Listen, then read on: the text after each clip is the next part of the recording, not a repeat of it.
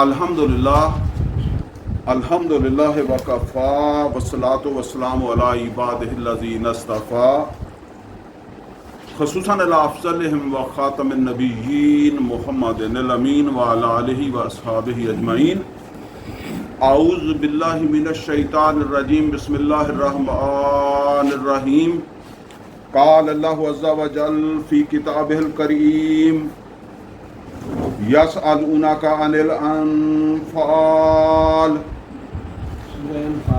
قل الانفال للہ والرسول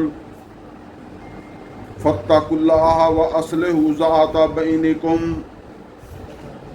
واطیعوا اللہ ورسولہ ان کنتم مؤمنین۔ صدق اللہ العلی العظیم۔ ربی اشرح لی صدری ویسر لی امری واحلل عقدۃ من لسانی یفقہوا قولی۔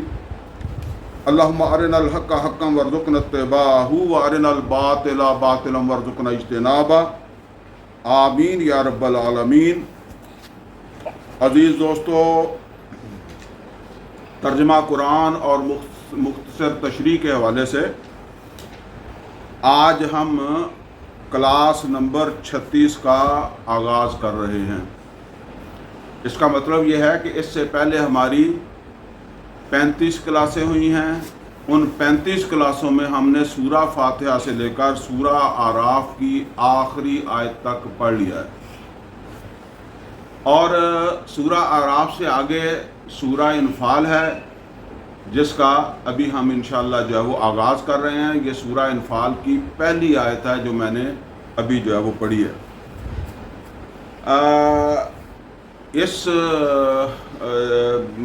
کلاس کو یعنی اس میں جو آیات ہم نے پڑھنی ہے ان کو پڑھنے سے پہلے کچھ پوائنٹ ہیں جن کے اوپر میں چاہتا ہوں کہ آپ ان کو جو ہے وہ نوٹ کر لیں۔ سورہ اعراف اور سورہ انعام، ان کے بارے میں نے پہلے بھی بتایا تھا کہ یہ مکہ میں جو نبی صلی اللہ علیہ وسلم کا آخری زمانہ تھا، اس میں یہ دونوں صورتیں نازل ہوئی ہیں۔ وحی کے نزول کے ساتھ ہی جب نبی صلی اللہ علیہ وسلم نے دعوت کا سلسلہ شروع کیا تو گویا کہ اتمام حجت جو ہے اس کا آغاز کر دیا۔ اتمام حجت کا مطلب یہ ہے کہ لوگوں پر یہ حجت قائم کر دینا کہ اللہ کا پیغام ان کو پہنچ گیا ہے۔ اب جو مانے جو نہ مانے وہ خود بخود علیحدہ ہوتے جائیں گے۔ اچھا، یہ سلسلہ چلتا رہا، آپ سمجھ لیں کہ تقریباً 12 سال، ہجرت سے پہلے کے 12-13 سال یہ سلسلہ چلتا رہا۔ تو یہ جو اتمام حجت ہے، یہ پھر اس کی تکمیل ہوئی سورہ انعام اور سورہ اعراف کے اندر۔ گویا کہ جیسے ہم کہتے ہیں کہ 1 گھنٹہ بات چیت ہوئی، 2 گھنٹے بات چیت ہوئی، جیسے ابھی اب تو آپ کو سمجھ آ جانی چاہیے نا کہ وہ ایران امریکہ مذاکرات ہو رہے ہیں، مذاکرات ہو سکتا ہے 6 مہینے چلتے رہیں، سال چلتے رہیں، تو اینڈ جو ہے۔ تو اب یہ جو اتمام حجت تھا یہ سلسلہ چلتا رہا، تو یہاں تک کہ پھر اینڈ کر دیا گیا اللہ تعالیٰ کی طرف سے محمد رسول اللہ صلی اللہ علیہ وسلم کے ذریعے سے کہ بس جو بات تمہیں بتانی تھی بتا دی، اب جو ایمان لایا اور جو نہیں لایا وہ پھر علیحدہ علیحدہ اس کے ساتھ ڈیل کیا جائے گا۔ اب اس کے بعد پھر ہجرت کروائی اللہ تعالیٰ نے، اتمام حجت کے بعد مشرکین مکہ پر اتمام حجت کے بعد ہجرت کروا دی گئی۔ تو نبی صلی اللہ علیہ وسلم ہجرت کر کے جو ہے وہ مدینہ آ گئے۔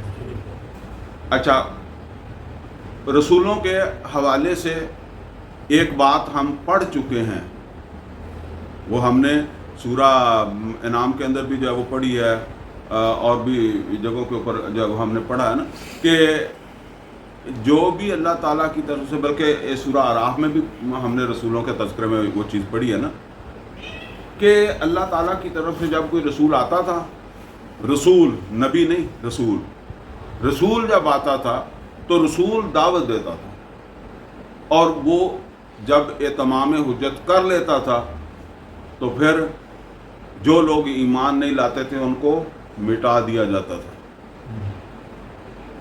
اب یہ کیسے مٹایا جاتا تھا؟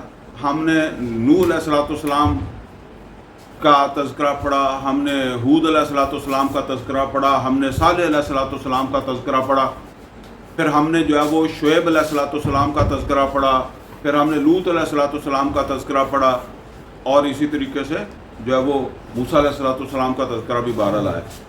تو اب ان سب کے اندر جو ہے وہ آپ نے ایک بات جو ہے وہ مشترک دیکھی، وہ یہ کہ جن کی طرف اللہ نے ان کو بھیجا، یہاں یہ فرق سمجھ لیں، موسیٰ علیہ السلام جو آئے تھے نا، ان کی پہلی جو ہے وہ بعثت تھی فرعون کی طرف، ٹھیک ہے نا، فرعون آل فرعون کی طرف۔ تو اب وہ نوح علیہ السلام ہوں یا ہود علیہ السلام یا صالح علیہ السلام ہوں یا شعیب علیہ السلام ہوں، لوط علیہ السلام ہوں، یا وہ فرعون اور قوم فرعون تھے، انہوں نے رسول کی بات نہیں مانی۔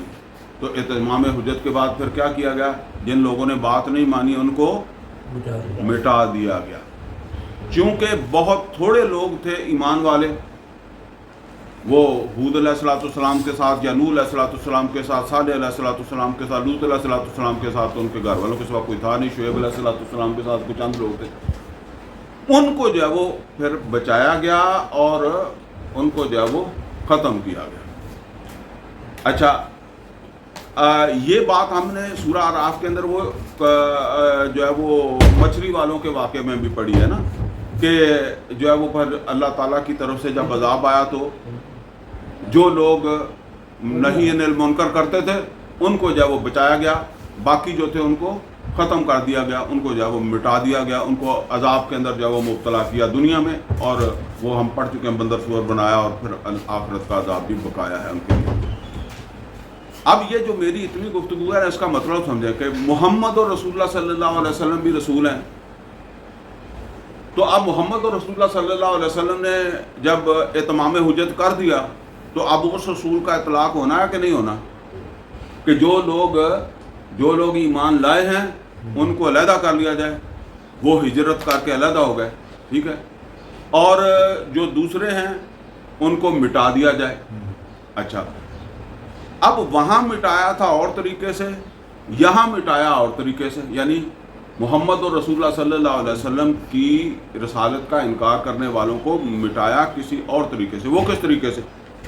وہ یہ سمجھ لیں کہ ہم نے جو ہے وہ سورہ انعام کے اندر جو ہے وہ ایک آیت پڑھی تھی، اب مجھے وہ آیت نمبر 65 ہے، اس میں اللہ تعالیٰ نے عذاب کی شکلیں بیان کی ہیں کہ اللہ تعالیٰ قل هو اللہ القادر، اللہ جو ہے وہ قادر ہے اس بات کے اوپر کہ تمہارے اوپر کوئی عذاب لے آئے اوپر سے یا زمین کے نیچے سے، یا پھر کیا ہے کہ تمہیں باہم گروہوں کے اندر تقسیم کر دے اور تمہیں ایک دوسرے کے ذریعے سے جو ہے وہ سزا دے۔ اب آپ دیکھیں کہ اس کی ایک تو یہ ہے کہ کسی قوم کو جو ہے وہ فرقوں کے اندر تقسیم کر کے مسلمانوں کو جو ہے وہ سزا دے، ٹھیک ہے نا، تو وہ بھی باہم لڑائی کے ذریعے سے ہی جو ہے وہ اللہ کی طرف سے عذاب آ گیا۔ اور دوسرا یہ بھی ہے کہ جن کے درمیان بدر اور احد بدر ہوئی تھی، جن دو پارٹیوں کے درمیان یا دو لشکروں کے درمیان کہہ لیں، وہ ایک دوسرے میں سے نہیں تھے، عربی تھے نا، تو عربوں کی طرف ہی محمد اور رسول اللہ صلی اللہ علیہ وسلم آئے نا، تو انہی میں سے دو گروہ بن گئے نا، ٹھیک ہے۔ اچھا، اب یہ جو عذاب تھا یہ آنا تھا ایمان والوں کے ہاتھوں، کی اصل میں وجہ یہ تھی کہ نبی صلی اللہ علیہ وسلم کو نوح علیہ السلام یا ہود علیہ السلام یا صالح علیہ السلام، شعیب علیہ السلام، لوط علیہ السلام کے مقابلے میں ایک ریزنیبل تعداد ایمان والوں کی مل گئی تھی، لہذا وہ اللہ نے اوپر سے عذاب نہیں بھیجا۔ یہ عذاب اللہ نے دیا ان ایمان والوں کے ہاتھوں جس کا آغاز ہوا بدر سے، گویا کہ وہ جو پہلی قسط تھی عذاب کی، مشرکین مکہ پر دنیاوی عذاب کی، آخرت کا عذاب تو بھی ہوگا نا، دنیاوی عذاب کی جو پہلی قسط تھی اس کا سٹارٹ کہاں ہوا؟ بدر کے اندر ہوا، ٹھیک ہے نا، یعنی بدر میں 70 آدمی سردار ان کے جو ہے وہ مارے گئے، یہاں سے شروع ہوا، پھر یہ سلسلہ جو ہے وہ چلا، اور آپ یوں سمجھ لیں کہ جو ہے وہ احد، خندق اور کرتے کرتے جو ہے وہ فتح مکہ تک بات پہنچ گئی، اور فتح مکہ میں آ کر پھر آخری قسط عذاب کی آئی ہے، آخری قسط عذاب کی آئی، مکہ فتح ہو گیا، اور سورہ توبہ آ رہی ہے۔ دیکھیں پہلے آ رہی ہے سورہ انفال، اس کے بعد کون سی آ رہی ہے؟ سورہ توبہ آ رہی ہے۔ سورہ بدر میں پہلی قسط کا ذکر ہے، اور سورہ توبہ میں آخری قسط کا ذکر ہے۔ اس میں پھر یہ آ گیا اس کی آغاز کی 6 آیتوں میں کہ اب یہاں اس علاقے میں مشرکین نہیں رہ سکتے، یا تو وہ ایمان لائیں گے یا اس علاقے کو چھوڑ دیں گے یا قتل کر دیے جائیں گے۔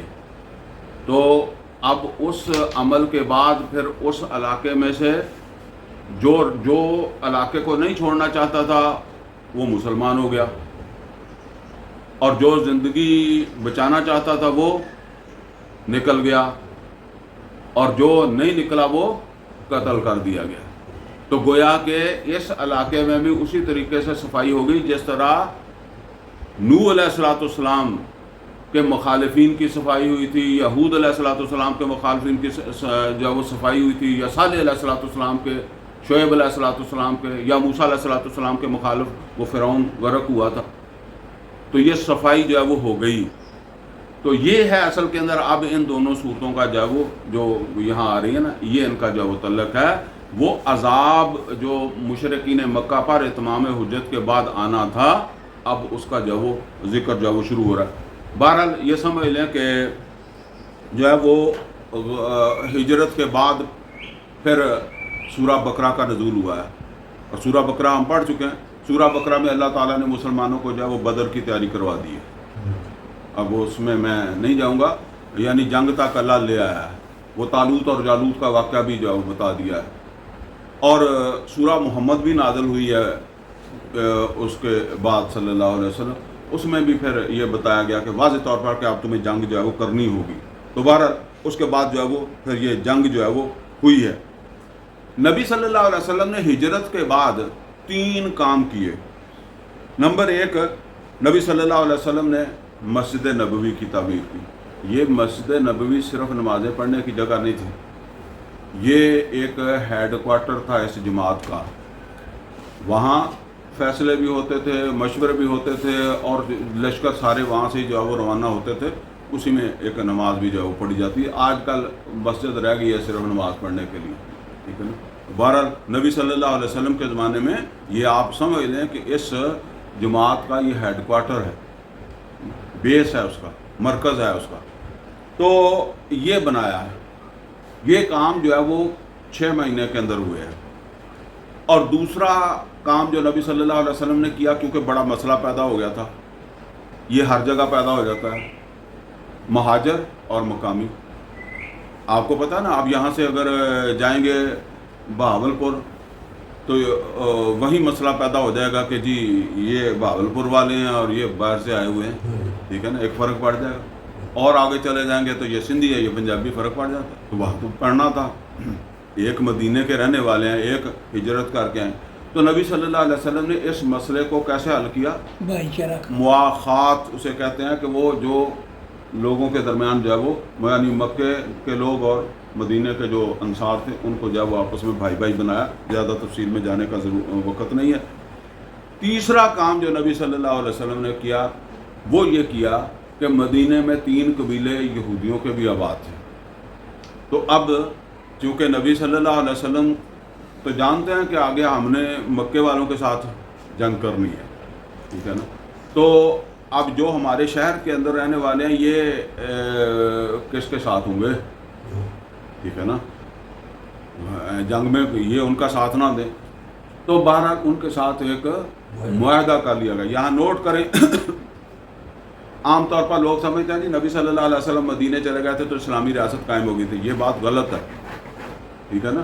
نبی صلی اللہ علیہ وسلم جو ہے وہ جب وہاں گئے ہیں تو وہاں ایک دوسری قوت کو بھی معاہدے کے تحت جو ہے وہ تسلیم کیا گیا۔ وہ کون تھے؟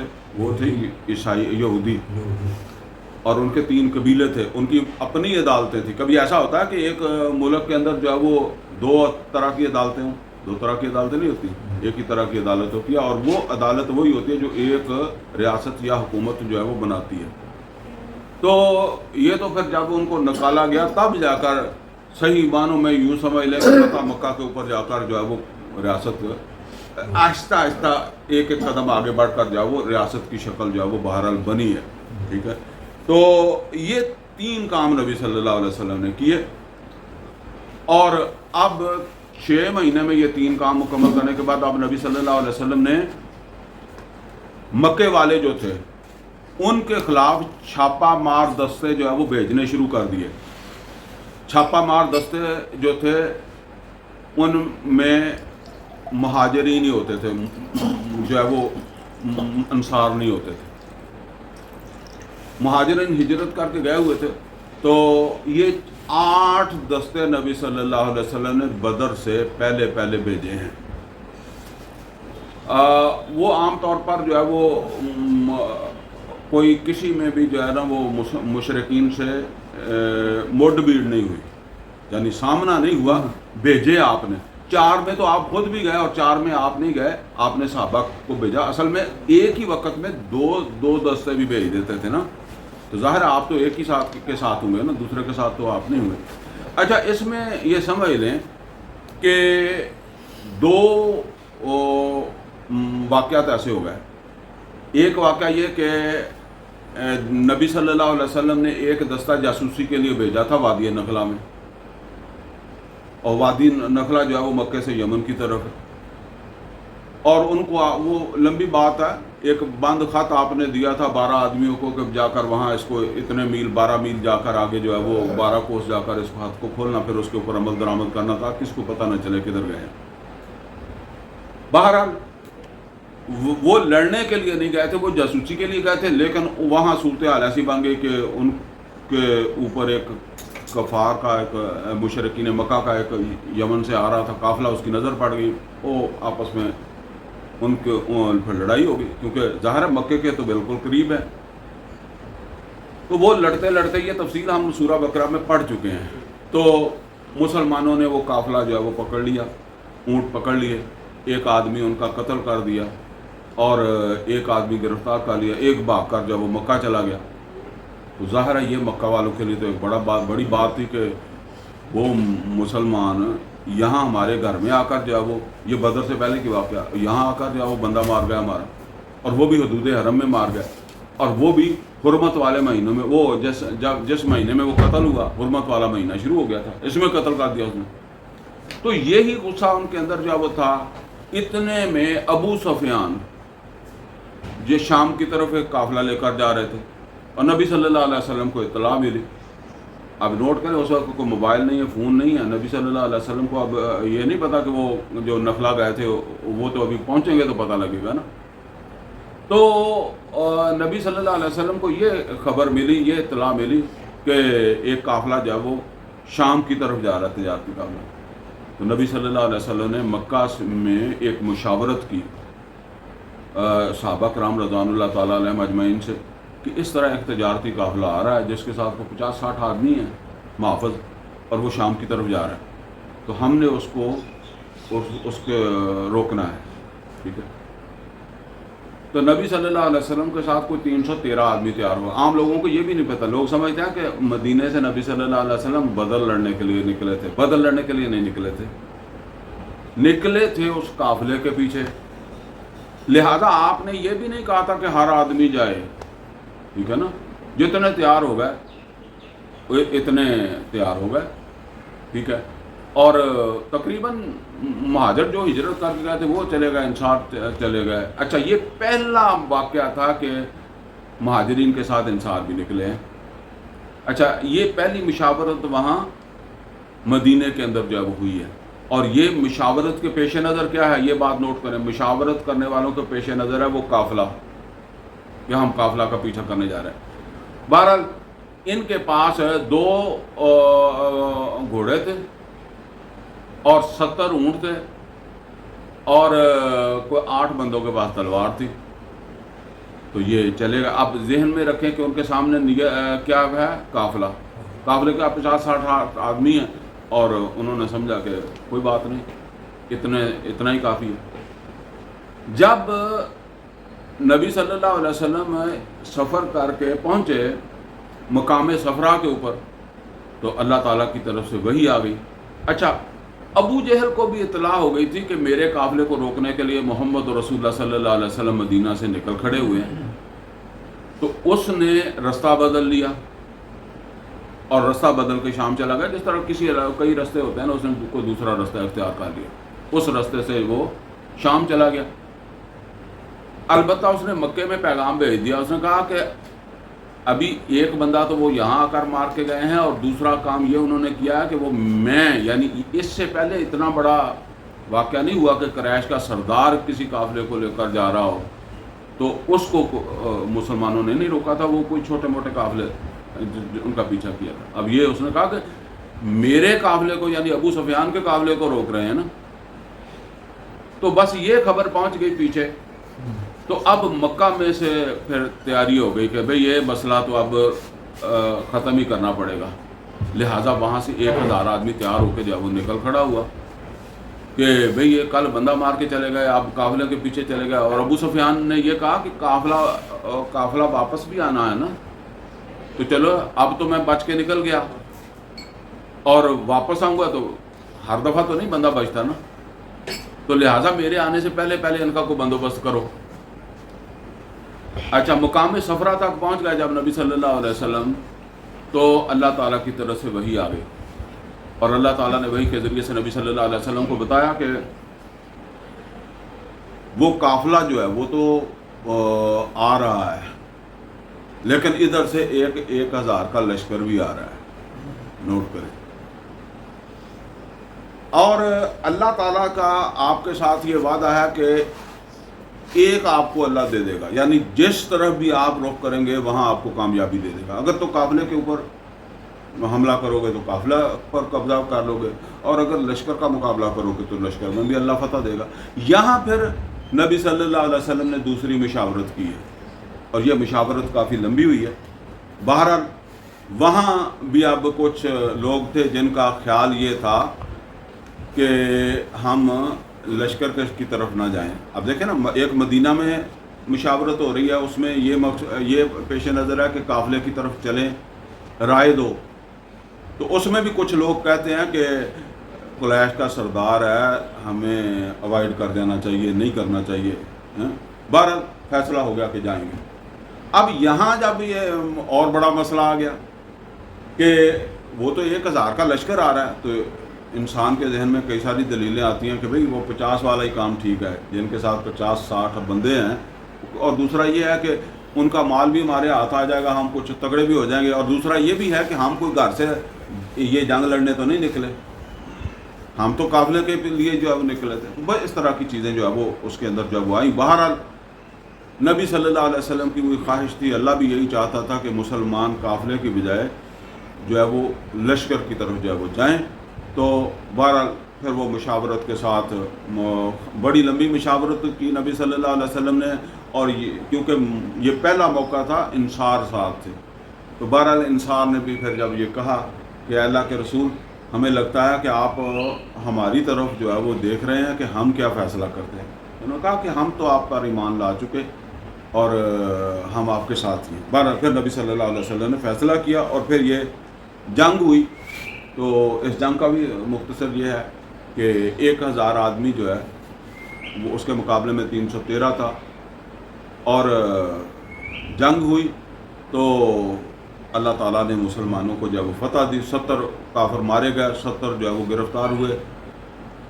اور یہ جو جنگ ہے نا، یہ سورہ انفال، اس کے اوپر اللہ کا تبصرہ ہے۔ آپ کبھی دیکھتے ہیں کہ کوئی واقعات ہوتے ہیں نا، جیسے انڈیا پاکستان کی جنگ ہوئی تھی، تو پھر اخبارات کے اندر تبصرے آتے تھے نا، ٹھیک ہے، یہ تو آج آتے ہیں نا، آپ دیکھیں 1400 سال پہلے اللہ نے تبصرے کیے ہیں، بدر پر، احد پر، جب بھی کوئی جنگ ہوتی تھی پیچھے اللہ کا تبصرہ آ جاتا تھا کوئی نہ کوئی صورت کے اندر اس کے اوپر۔ اور تبصروں کے اندر کیا ہوتا ہے کہ اس کے جو پازیٹیو نیگیٹو پہلو، تاکہ آئندہ جو ہے اس سے رہنمائی لی جا سکے، تو ان چیزوں کو جو ہے وہ اللہ تعالیٰ نے جو ہے وہ بیان کیا۔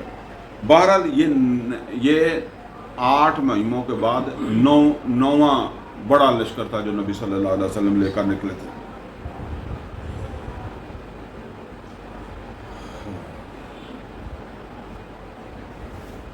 بس میرے خیال میں جو اس میں زیادہ ضروری چیزیں تھیں وہ میں نے بیان کر دی ہیں. تو ہاں ایک چیز اس صورت کے اندر جو ہے نا وہ جو پہلی آیت ہے اس کو آپ ایسے سمجھ لیں ہیڈ لائن. یعنی کبھی آپ نے پڑھا ہوگا نا اخبارات وغیرہ, تو اخبارات میں پہلے کیا چیزیں آتی ہیں؟ ہیڈ لائن, سرخی. اچھا وہ جو سرخی میں بات ہوتی ہے وہ کہیں جا کر اندر ہی ملتی ہے, ٹھیک ہے نا, شروع میں کچھ اور چیزیں جو ہے وہ آ جاتی ہیں. یہ پہلی آیت جو ہے نا یہ اصل میں ہیڈ لائن ہے مال غنیمت کے حوالے سے, ٹھیک ہے نا. تو یہ سمجھ لیں کہ انفال نفل یہ اصل کے اوپر اضافی ہوتا ہے, ٹھیک ہے نا.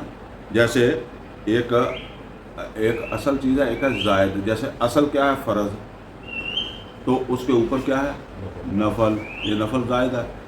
اسی طریقے سے یہ مال غنیمت کو بھی نفل ہی کہا گیا. کیوں کہا گیا؟